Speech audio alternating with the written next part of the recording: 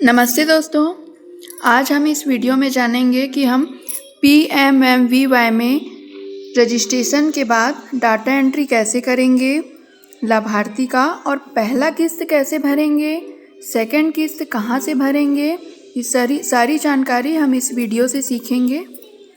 मेरे चैनल पर बने रहें, मेरे चैनल को सब्सक्राइब कीजिए और बाकी कार्यकर्ताओं बहनों को शेयर कीजिए ताकि PMMVY में आ रही समस्याओं का समाधान वो पा सकें। तो चलिए हम देखते हैं। हम अपने डैशबोर्ड पर आ गए हैं। अपने लॉगिन कर लिया है हमने। अब 3 डॉट पर क्लिक करेंगे। देखिए डाटा एंट्री, सबसे पहला ऑप्शन हमें दिख रहा है दोस्तों, डाटा एंट्री। इसको क्लिक करने पे बहुत सारे ऑप्शन खुल जाते हैं। एक चीज़ का आप ध्यान रखेंगे कि कार्यकर्ता बहनें रात को अगर वर्क करना चाहेंगी तो वो नहीं कर पाएंगी, क्योंकि डाटा एंट्री का ऑप्शन जो है रात 8 बजे के पहले तक ही शो होता है। रात्रि 8 बजे के बाद डाटा एंट्री का ऑप्शन शो नहीं होगा।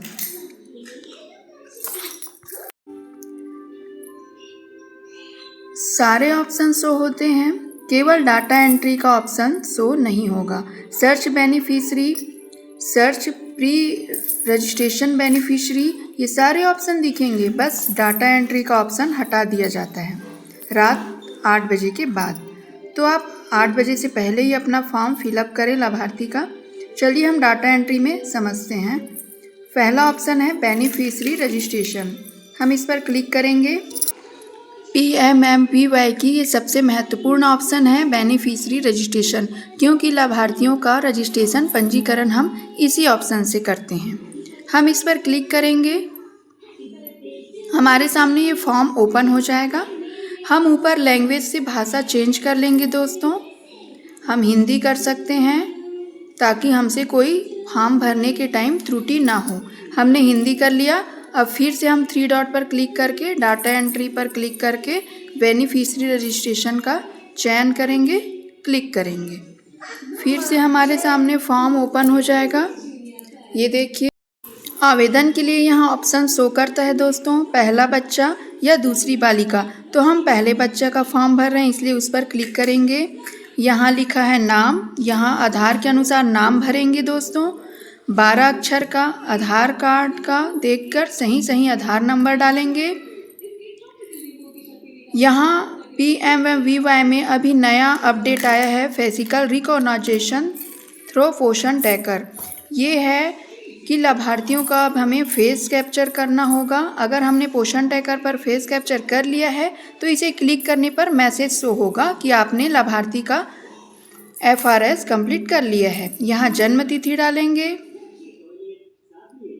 कैटेगरी का लेंगे, यहाँ श्रेणी लेंगे, कैटेगरी नेम लिखा है, यहाँ से वो जिस कैटेगरी में आएंगे उसको चयन करेंगे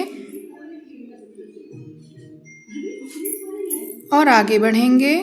मोबाइल नंबर डालेंगे, मोबाइल नंबर किसका है ये ऑप्शन सेलेक्ट करेंगे।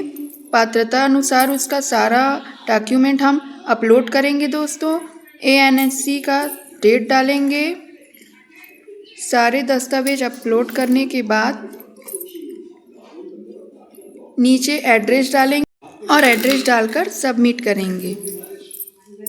जैसे ही हम सबमिट करते हैं, जो नया अपडेट आया है फेशियल रिकॉग्निशन थ्रू पोषण ट्रैकर, ये नया अपडेट है। इसमें आपको मैसेज आएगा कि आपको पोषण ट्रैकर में FRS कंप्लीट है या अनकम्प्लीट है, फिर आपका फॉर्म सबमिट हो जाएगा।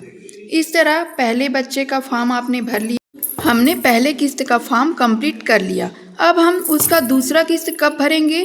जब बच्चा जन्म ले और उसे 3.5 माह वाला टीका लग जाए। यहाँ लिखा है देखिए, update child birth and immunisation date, हम इस पर क्लिक करेंगे। यहीं से हम दूसरा किस्त का फॉर्म भरते हैं दोस्तों। जब बच्चा जन्म ले और 3.5 माह तक का उसको टीका कंप्लीट हो जाए।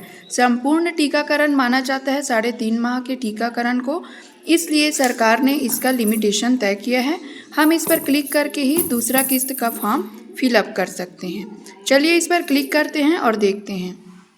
देखिए यहाँ एक लाभार्थी शो हो रही है जिसमें लिखा है actual date of child birth, ये नॉट प्रोवाइड।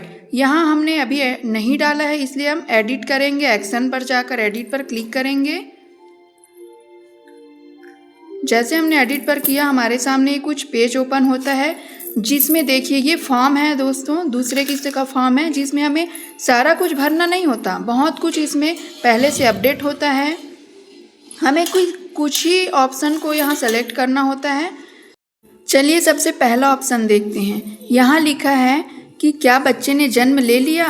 हम हाँ पर क्लिक करेंगे क्योंकि हम दूसरा किस्त भर रहे हैं। Actual date of child birth, बच्चे की वास्तविक जन्म की तारीख डालनी है। यहाँ हम बच्चे की वास्तविक जन्म की तारीख डालेंगे। इस प्रसव से कितने बच्चों ने जन्म लिया उसकी संख्या डालेंगे। यहाँ संख्या डालनी है, हम 1 डाल देंगे। बच्चे ने जिस संस्था पर जन्म लिया उस संस्था का नाम डालना है। यहाँ से हम संस्था का नाम सेलेक्ट कर लेंगे। हमने गवर्नमेंट हॉस्पिटल डाला है। यहाँ बच्चे ने जिस स्थान पर जन्म लिया है उस स्थान का नाम डालना है। हम यहाँ नाम डाल दिए। जेंडर डालनी है, बच्चे का लिंग डालना है, मेल फीमेल। यहाँ बच्चे का लिंग डालेंगे। यहाँ पहले से इस ऑप्शन पर नहीं है तो हम इसे नहीं रहने देंगे। अब आ गया MCP कार्ड। MCP कार्ड से हम देखकर पूरा वैक्सीनेशन का डेट फिट कर लेंगे दोस्तों। सही जिस डेट पर बच्चे को जो टीका लगा है हम उसका डेट यहाँ फिट कर लेंगे और फिर हम सबमिट कर लेंगे। ऑल वैक्सीनेशन आर रिक्वायर्ड, ये हम करने के बाद सबमिट पर क्लिक करेंगे। ऊपर वैक्सीनेशन डेट पर हम टिक लगाएंगे और नीचे बॉक्स में टीकाकरण का डेट भरेंगे। उसके बाद हम सबमिट पर क्लिक करेंगे। Record has been update successfully. देखिए आपके दूसरे किस्त का फॉर्म यहाँ फिलअप हो गया। अब हम यहाँ दूसरे ऑप्शन के बारे में देखते हैं, सर्च बेनिफिशरी। यहाँ से आप क्लिक करेंगे जब इस पर तो आपको 2 ऑप्शन देखने को मिलेंगे दोस्तों। हमने क्लिक किया, देखिए यहाँ 2 ऑप्शन आएगा। यहाँ से हम लाभार्थी का स्टेटस चेक कर सकते हैं। देखिए 2 ऑप्शन दिख रहा है, बेनिफिशियरी आईडी और दूसरा मोबाइल नंबर।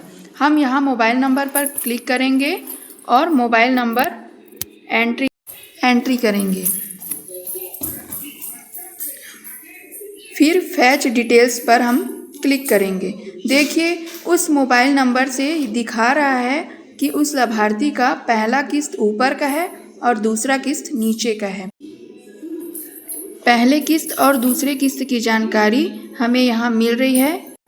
हम यहाँ से अपने बेनिफिशियरी का स्टेटस चेक कर सकते हैं। तो यहीं से हम अपने बेनिफिशियरी का स्टेटस चेक कर सकते हैं कि उनका पेमेंट की स्थिति क्या है, ये हम जान सकते हैं। मेरा ये वीडियो आपको ज़रूर पसंद आया होगा, उम्मीद है। आप लाइक कीजिए, सब्सक्राइब कीजिए अगर चैनल पर नहीं है तो।